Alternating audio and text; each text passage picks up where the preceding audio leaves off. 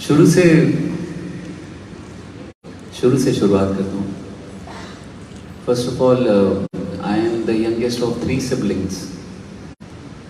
सबसे छोटा हूँ मैं, मेरी सिस्टर 8.5 years मुझसे बड़ी हैं, and my brother also 7 years is elder to me, and I'm the youngest one, the unplanned, unwanted child. So, but बाद में समझ में आया कि I'm the blessed one. So I used to tell my mama also कि mama आपकी तो family complete थी, तो ममा कहती you are the blessed one. Then 84 की बात, 84 में I was born, and 96 में फिर my mother joined Art of Living Shri Shri Ravishankar जी के साथ, and she did the course over there, and उन्होंने जब कोर्स किया तो जैसी माँ बाप भी जहाँ जाते हैं बच्चे भी ऑटोमेटिकली वहाँ जाते ही हैं, है ना, आपके नोइंगली अननोइंगली ऐसे ही होता है। तो जो मम्मी वहाँ पे गई उनको अच्छा लगा तो उन्होंने मुझे भी लेके गए मुझे, और जब मैं वहाँ पे गया तो मुझे भी अच्छा लगा, और वहाँ पे सत्संग होते थे एवरी संडे, एंड एक जगह सत्संग हो रहा था, एंड श्री श्री रविशंकर जी आए हुए थे बैंगलोर से, एंड वसंत विहार की बात है, एंड वहाँ पे सत्संग चल रहा था, तो एकदम भजन चलते चलते उन्होंने रोका, और उन्होंने, मैं सामने बैठा था जैसे ये बच्चा बैठा है, तो उन्होंने बोला इसको माइक पकड़ाओ, and that was the first time I held on to a mike, and उसके बाद से तो इसके साथ ही रह गया। तो पहली बार मेरे को माइक भी श्री श्री रविशंकर जी ने बोला। देन आई स्टार्टेड सिंगिंग, और 96 से ही मेरा मैं करने लगा सेवा, एंड एवरी संडेज होता था। एंड कॉलेज जब मैं इंजीनियरिंग कर रहा था, I was doing mechanical engineering, and engineering करते हुए भी then I used to travel to Punjab, to various other places for programs. तो मैं उसके बाद मैं जॉब करने लगा, then I was gaining some experience, because अच्छे बी स्कूल्स जो हैं यूएस में या कहीं भी हो तो they require minimum of 2 years of experience. तो मैंने सोचा कि मैं उसके बाद, and meanwhile I was preparing for GMAT also, and I was supposed to study in US और wherever to offer the studies MBA के लिए। But then I realized one day कि मैं इसके लिए नहीं बना, मैं किसी और चीज़ के लिए बना हूँ, मुझे खुद नहीं पता। इतना तो पता है कि मैं क्यूबिकल या ऑफिस में आई डोंट बिलोंग देयर, मेरे को तब ये जब अंदर से आया, देन ये हुआ कि मैंने I left everything and got full time into music. तो मैं आर्ट ऑफ लिविंग के लिए सेवा करता था, हर जगह जाता था और प्रोग्राम्स करता था, and from 2007 till 2010 it was like this. But 2010 में कुछ ऐसी चीज़ें हुई जो मुझे लगता था तब मेरे साथ क्यों हो रही है, मे बी पॉलिटिक्स और what ever, I not name anybody, ऐसा कुछ नहीं, बट ऐसा सब कुछ हुआ, सर्कमस्टांसेस ऐसे हुए, तो मुझे सोचना पड़ा कि मुझे क्या करना है। स्पेशली जब शादी की बात होती थी तो जैसे आई मेट, एंड कोइंसिडेंस की भी एक हद होती है, या मुझे लगता है कि 7 जुलाई 2010 we started dating, me and Suhani, she is my wife now, ना। तो 7 जुलाई का महत्व हमें नहीं पता था, तो 7 जुलाई को we met and we started dating. तो उसके बाद जब 2 सितंबर को मैं पहली बार, मुझे किसी आंटी ने सुना और मुझे अपने घर पे बुलाया, उनके घर पे दरबार था, और वहाँ पे बोला कि पहली बार मैंने गुरु जी का स्वरूप देखा था, उससे पहले मैंने नहीं देखा। ये बात है 2010 की 2 सितंबर की। तो जब मैंने वहाँ उनका स्वरूप देखा, तो जब मैंने गाया तो मुझे बहुत अच्छा लगा, बिकॉज आई कैन डिस्क्राइब, क्योंकि आंखें बंद करके गाता हूँ, like I said today also कि इट वॉज स्पेशल, एंड वैसे ही उस दिन बहुत स्पेशल लगा, बहुत अच्छा लगा, जैसा पहले कभी नहीं लगा वैसा लगा। तो 2010 की तभी मिला, तभी स्टार्ट हुआ ये सब। पर कुछ दोबारा इंसिडेंसेस ऐसे हुए कि मेरी मदर इन लॉ को बोलते थे मुंडा करदा किए, क्योंकि आप फाइनेंशियली कुछ नहीं होते, स्पेशली मेल्स उनके साथ होते, फाइनेंशियली अगर आप कुछ नहीं होते तो nobody respects you, nobody kind of वो आपको ज़्यादा तवज्जो नहीं देते। ये हार्ड फैक्ट है, बिटर ट्रूथ। तो मुझे खुद समझ नहीं आता था मैं क्या करूं। मुझे लगता था कि साथ में बिजनेस कर लूं मुझे, और इतना भी मेरी मदर लॉ कहती थी कि सिद्धार्थ जी आप बड़े भोले हो, आपसे बिजनेस भी नहीं होगा। तो मैंने सोचा हाँ ये तो बात सही है, जॉब मैं कर नहीं सकता, बिजनेस कर नहीं सकता, जो म्यूज़िक ही बचा। तो मैंने ना फिर 2011 में इतनी सारी चीज़ें चल रही थी, एंड जब इतनी सारी चीज़ें चल रही होती है बहुत परेशान हो जाते हो आप, चाहे कितना भी ज्ञान हो तो थोड़ा सा तो आपको इम्पैक्ट कर ही जाता है, और बहुत कुछ इम्पैक्ट कर जाता है, स्पेशली जब इतनी सारी चीज़ें चल रही हैं। तो मैंने 2011 में बड़े मंदिर स्टार्ट किया जाना। बड़े मंदिर जाता था मैं every Thursday, almost every Thursday. और वहाँ पे उस टाइम आप जब दरबार में पहुँचते थे गुरु जी के, अगर आप 8 बजे भी पहुँच रहे हैं, 8:15 भी पहुँच रहे हैं, तो 9 बजे करीब आरती होती थी, तो उसके पहले आपको दरबार में जगह मिल जाती थी। तब भीड़ नहीं होती थी जितना, तब संगत होती थी। तो वहाँ पे पहुँच के जो सुकून मिलता था मुझे, वो कोई भी सुख उसके आगे फीका है।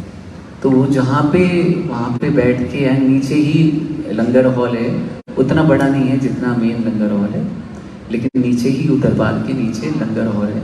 तो वहाँ पे लंगर करके मैं आता था। पूरा 2011 ऐसे निकलता था। और 2012 में things started changing, people started calling me for programmes, not Guruji satsang, तब इतना ज़्यादा नहीं होता था, तो होता भी था तो सीडी या कैसेट चलती। तो जब 2012 में थिंग्स स्टार्टेड चेंजिंग, एंड थोड़ा फाइनेंशियली मैं स्टेबल होने लगा, एंड तो मुझे लगा कि गुरुजी की कृपा है साथ में। और दोबारा फिर अगस्त सितंबर की बात है, देन मैं उन्हीं आंटी ने जिन्होंने मुझे पहली बार बुलाया था, I am not naming anybody, but उन्हीं आंटी ने उनके घर सत्संग था, गौर से सुनेगा, उनके घर सत्संग था, सत्संग खत्म करके मैं जा रहा था बाहर, वहाँ से उन्होंने मुझे कुछ दिया। तो बहुत सुंदर एक ट्रे थी राउंड, एंड ऊपर रेड क्लॉथ था, बहुत सुंदर कवर। तो उन्होंने बोला आप देखो क्या है। तो मैंने जब उसको खोल के देखा तो उसमें जो पंजाबी जुत्ती होती है वो थी।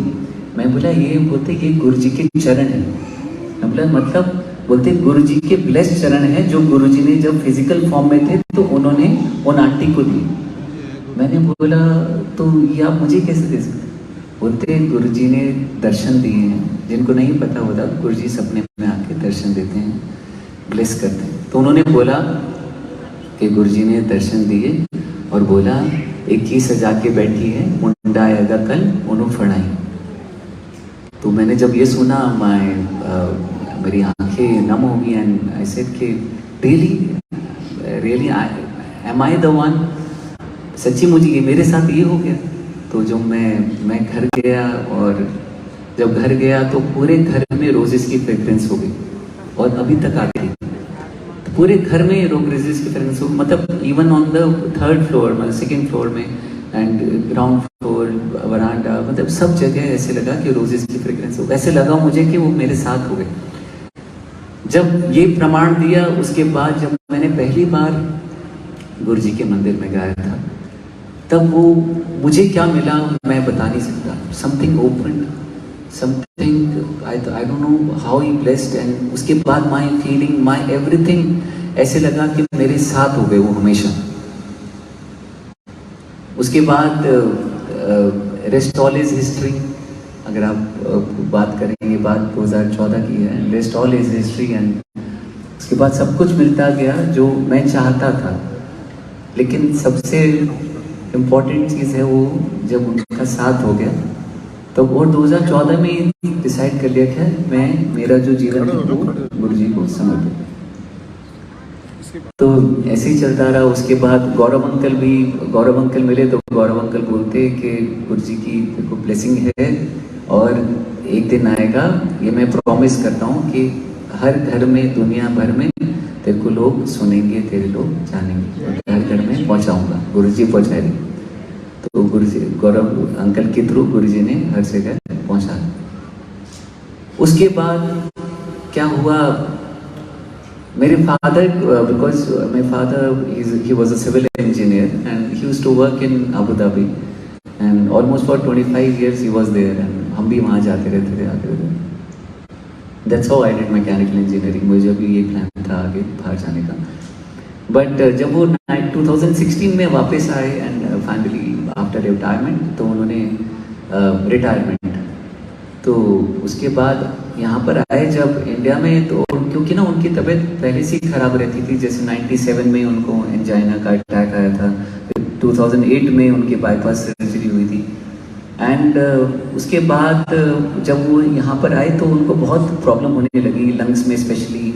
एंड इतनी प्रॉब्लम हो रही है कि 3-4 दिन वो साल में 2-3 बार वो हॉस्पिटल आईसीयू में जाना पड़ता था, लंग्स में पानी भर जाता था. But after some time we got to know that कि नहीं, किडनीज सपोर्ट नहीं कर रही हैं बॉडी को.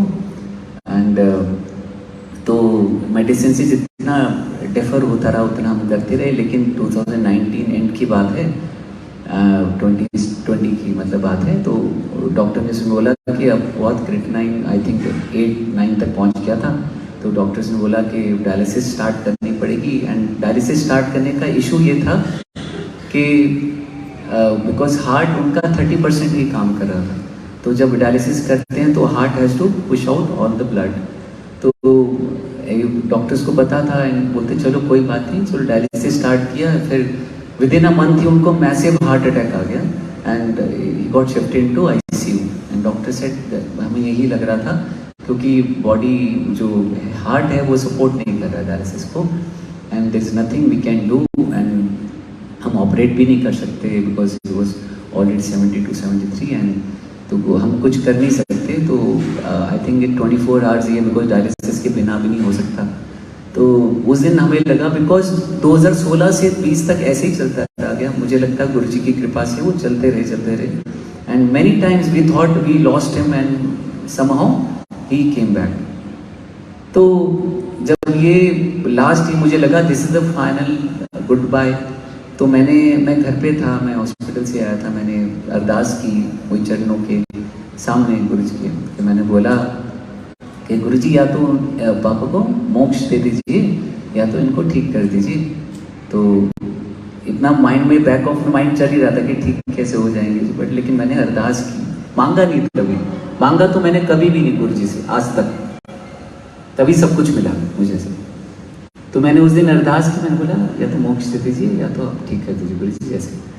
तो मैं जब पापा से मिलने गया तो समहाउ एंड सुहानी भी मिलकर आई. सुहानी ने बोला कि पापा को घर ले चलते हैं जो भी है. पापा ने बोला whatever happens I like to go from home only, है ना.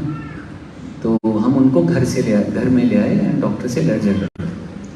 जब घर ले आए तो आप मानेंगे नहीं, वो हमारे साथ 1.5 साल रहे. 1.5 साल रहे.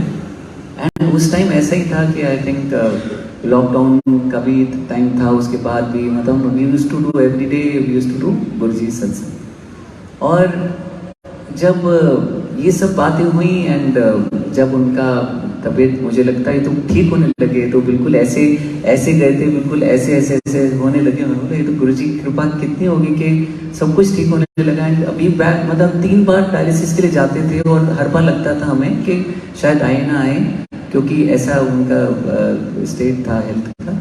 लेकिन गुरुजी की कृपा से वो चलते रहे. And finally on May 5th we lost him. And जब पापा गए तो, और मैं अब मानेंगे नहीं, जब मैं पापा से मिलने गया था फाइनल गुड बाय में, तो मैंने बोला कि पापा हर जन्म में आप ही पापा चाहिए. तो बोलते बच्चू अब मैं तेरा बेटा बनकर आऊँगा. एंड आफ्टर 40 days ऑफ जब पापा चले गए एंड अभी हमें पता चला कि गुड न्यूज़ है कि we are expecting a child. And अब बाकी आप सबको पता ही है. And I share this also in Guruji satsang. पहले पता है, मुझे पता ही था कि पापा नहीं आने, वो भी गुरुजी की ब्लेसिंग है.